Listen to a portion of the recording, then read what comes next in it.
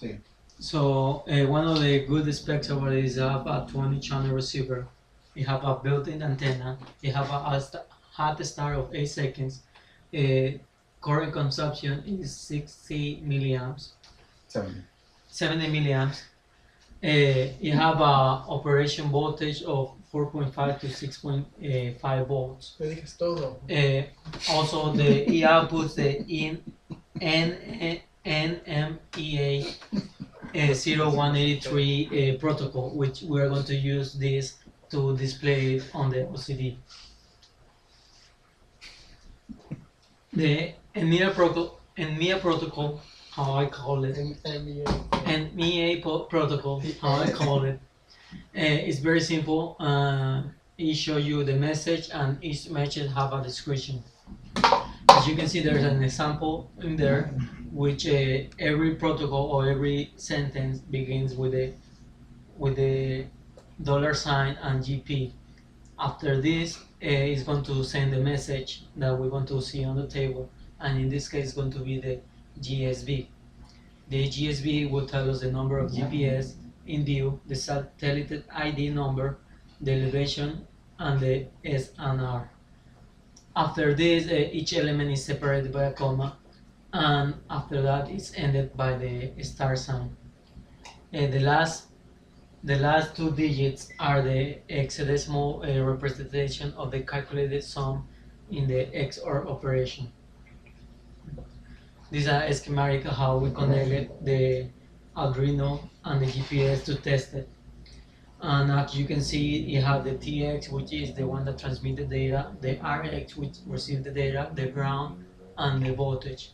We have to step down the voltage because I guess the current that was each pin of the Arduino board is only 40 milliamps, and our GPS consumption is 60, so we have to step it down in order to work right.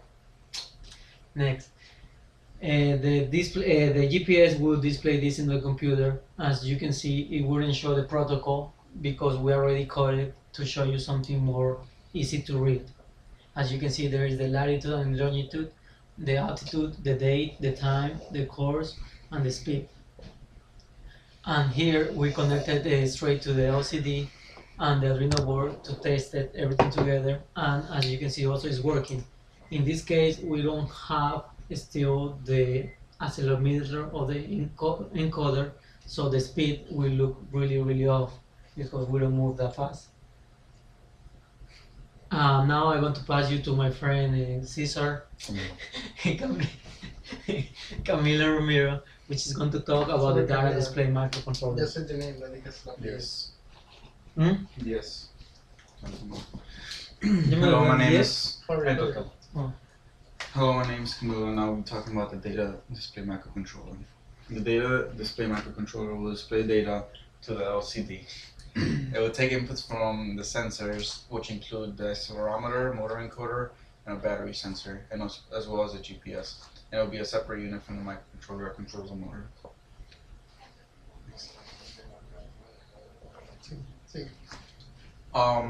This is a flowchart of the data microcontroller. As you can see, the motor encoder, the GPS, the battery sensor, and the accelerometer are all inputs to the data microcontroller, and it'll output that data to the LCD.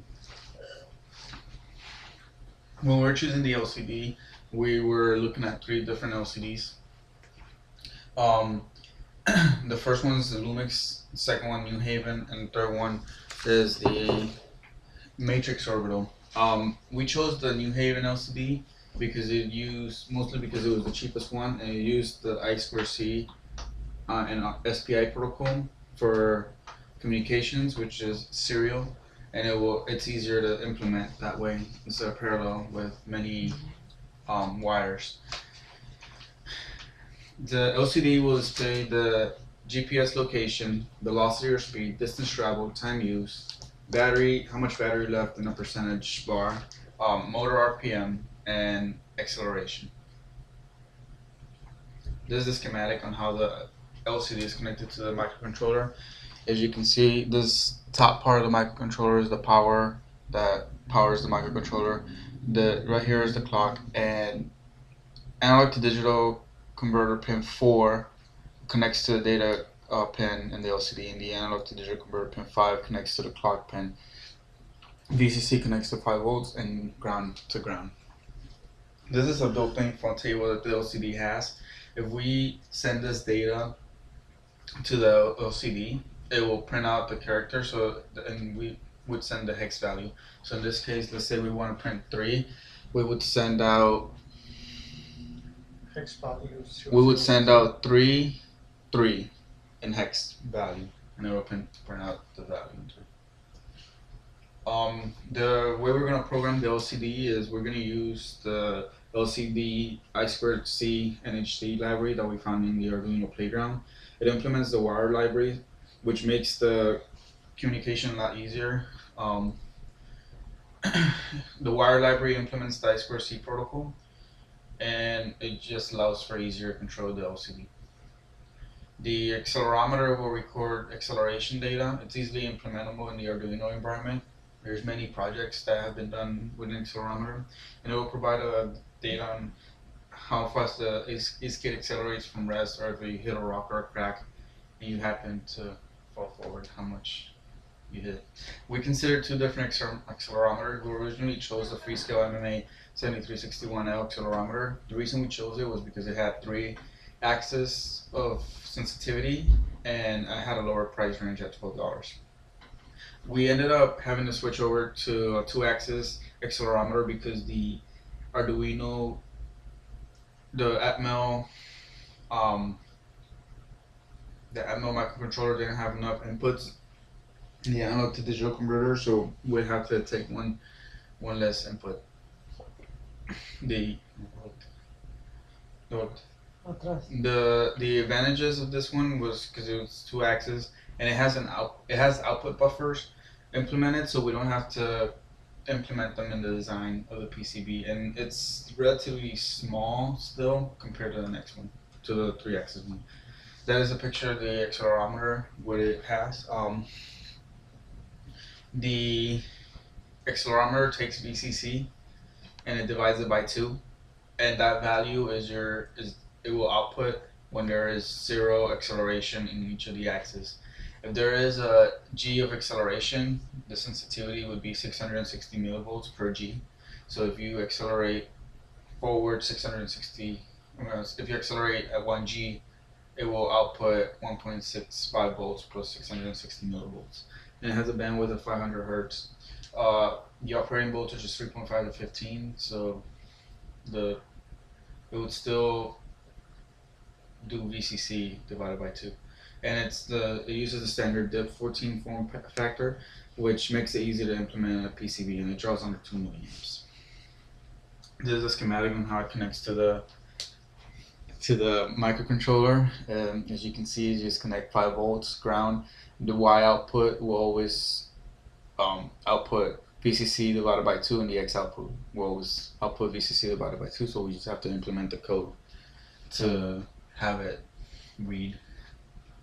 We're also going to have a battery sensor, which we're going to implement through a battery voltage divider.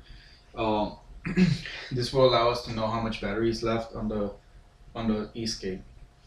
Batteries have a range of 13 to, if a battery says that it has 12 volts, its actual range when it's fully charged is from 13, and when it's fully depleted, it'll be around 11 volts. And then after that, it won't give out enough power for it to be usable.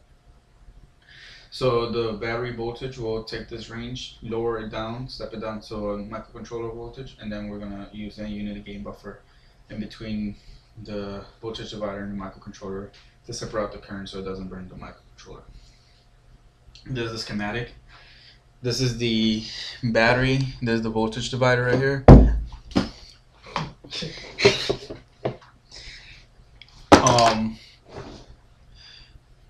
As you can see, the equation for the gain is R2 divided by the sum of R1 plus R2, which will